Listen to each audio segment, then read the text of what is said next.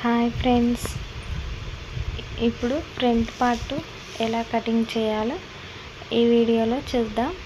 ముందు వీడియోలో back part అనేది కటింగ్ చేశాను కదా, ఈ వీడియోలో ఫ్రంట్ పార్ట్ అనేది ఎలా కటింగ్ చేయాలనేది చెప్తాను. ముందుగా మనం బ్యాక్ పార్ట్ కటింగ్ చేసుకున్నాం కదా, సేమ్ అలాగే గీసుకోవాలి. చుట్టూ ఎలా ఉందో అలా చుట్టూ సేమ్ యాజ్ ఇట్ ఈజ్ అంతే గీసేసుకోవాలి. బ్యాక్ పార్ట్ ఎంత ఉందో అంత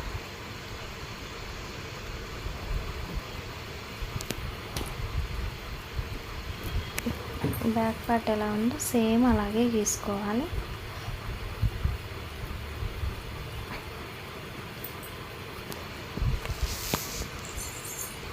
ముందు రౌండ్ అనేది ముందుగానే గీయకూడదు. మీకు ఇవన్నీ చుట్టూ గీసుకున్న తర్వాత ఆది బ్లౌజ్తో కొలిచి అప్పుడు రౌండ్ ఎంత ఉందో చూసుకోవాలి. ఇప్పుడైతే చంక ఖర్చు కల్లి చుట్టూ నీట్గా గీసేసుకోవాలి. నా ఛానల్ ఎవరైనా కొత్తగా చూసేవారు లైక్ చేసి సబ్స్క్రైబ్ చేసుకోండి. నేను యూట్యూబ్ అనేది ఈ మధ్య స్టార్ట్ చేశాను. ఏమైనా డౌట్స్ ఉన్నా కామెంట్ చేయండి.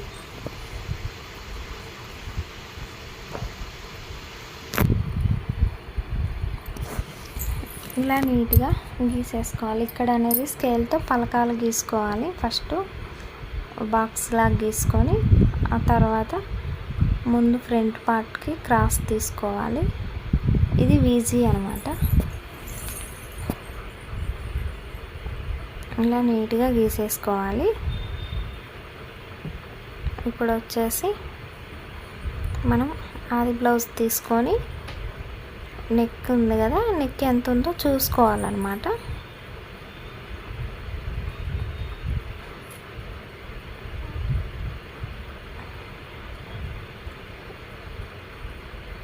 జాయింట్ కాడి నుంచి నెక్ ఎంత ఉందో చూసుకోవాలి.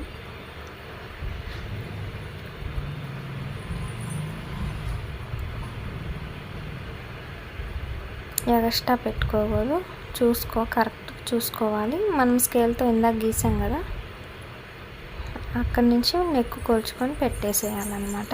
ఎగస్ట్రా ఖర్చు కూడా గీసుకున్నాం. ఖర్చు దగ్గర నుంచి 4 ఉక్సులు తీసుకోవాలి. అక్కడ ఒక మార్కింగ్ చేయాలి. 4 ఉక్సులే పెట్టాలండి ఏ బ్లౌజ్కైనా. ఇప్పుడు మనకి నెక్ ఎక్కడ దాకా ఉందో చూసుకొని అప్పుడు స్కేల్ తోటి నెక్ గీసుకొని రౌండ్ గీసుకోవాలన్నమాట. ముందు ఏంటంటే నేను ఊరికి అలా గీసాను. ఇప్పుడు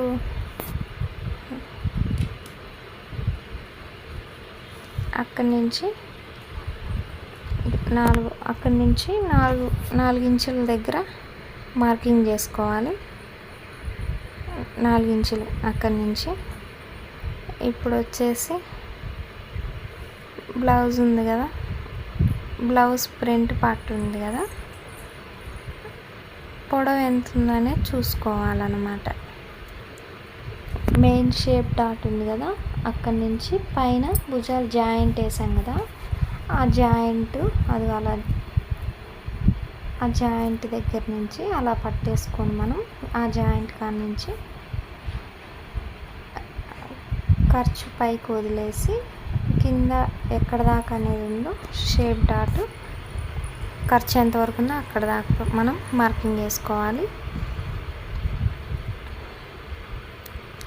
ఇటు సైడ్ జాయింట్లు వేస్తాం కదా, బార్ జాయింట్, అటు కూడా చంక దగ్గర నుంచి ఖర్చు వదులుకొని జాకెట్కి ఎంత ఖర్చు ఉందో వదిలేసుకొని షేప్ డాట్ ఉంది కదా, షేప్ పట్టేదాకా మార్కింగ్ వేయాలి. అప్పుడు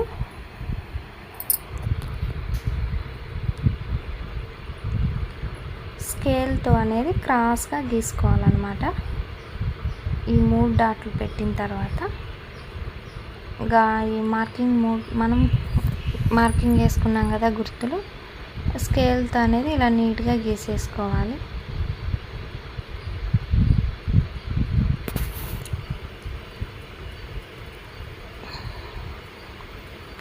మనకు షేప్ డాట్ అనేది ఇక్కడికి వచ్చేసరికి కరెక్ట్గా వస్తుంది అనమాట. 3.5 4 షేప్ బెల్ట్ అనేది కరెక్ట్గా వస్తుంది మనం కొలుచుకోవడానికి. ఈ మెథడ్లో కానీ కటింగ్ చేసుకుంటే బ్లౌజ్ అనేది చాలా నీట్గా వస్తుంది. షేపులు అనేవి కూడా నీట్గా ఉంటాయి. ఒకసారి కటింగ్ చేసి చూడండి, మీకే అర్థమవుతుంది. ఫ్రంట్ పార్ట్ అనేది ఇలా కటింగ్ చేసుకోవాలి.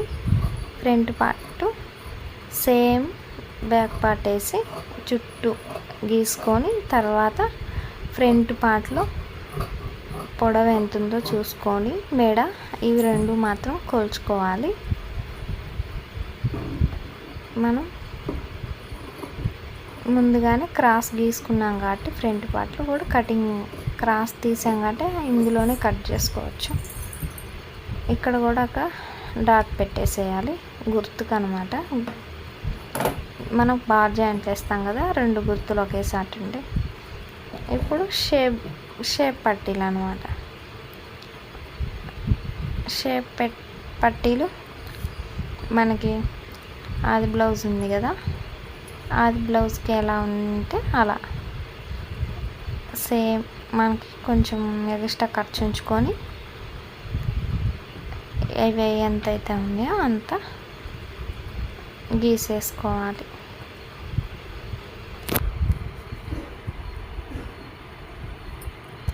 ఖర్చుతో సహా గీసుకోవాలి. షేప్ బెల్ట్ కూడా సేమ్ అంతే. ఇంకా ఈ మెథడ్లో కానీ కటింగ్ చేస్తే ఫ్రెండ్స్, నేను చెప్పిన విధంగా మీకు బ్లౌజ్ అనేది పర్ఫెక్ట్గా కుదురుతుంది. కావాలంటే ఒకసారి కటింగ్ చేసి స్టిచ్చింగ్ చేసుకొని చూడండి, మీకే అర్థమవుతుంటుంది. ఏదన్నా మిస్టేక్లు ఉన్నా కూడా నాకు మెసేజ్ చేయండి, నేను తర్వాత రిప్లై ఇస్తాను. అంతే ఫ్రెండ్స్. నా వీడియోలు ఎవరైనా కొత్తగా చూసేవారు లైక్ చేసి సబ్స్క్రైబ్ చేసుకోండి. మనకి షేప్ బెల్ట్ అనేది 2 పీసులు కావాలి కాబట్టి 2 పీసులు అనేది నేను కటింగ్ చేసేసుకుంటున్నా. అటు 2 ఇటు 2.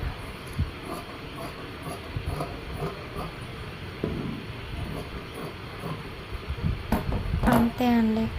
షేప్ బెల్ట్ కటింగ్ కూడా అయిపోయింది. ఫ్రంట్ పార్ట్ అయిపోయింది. బ్యాక్ పార్ట్ కూడా అయిపోయింది.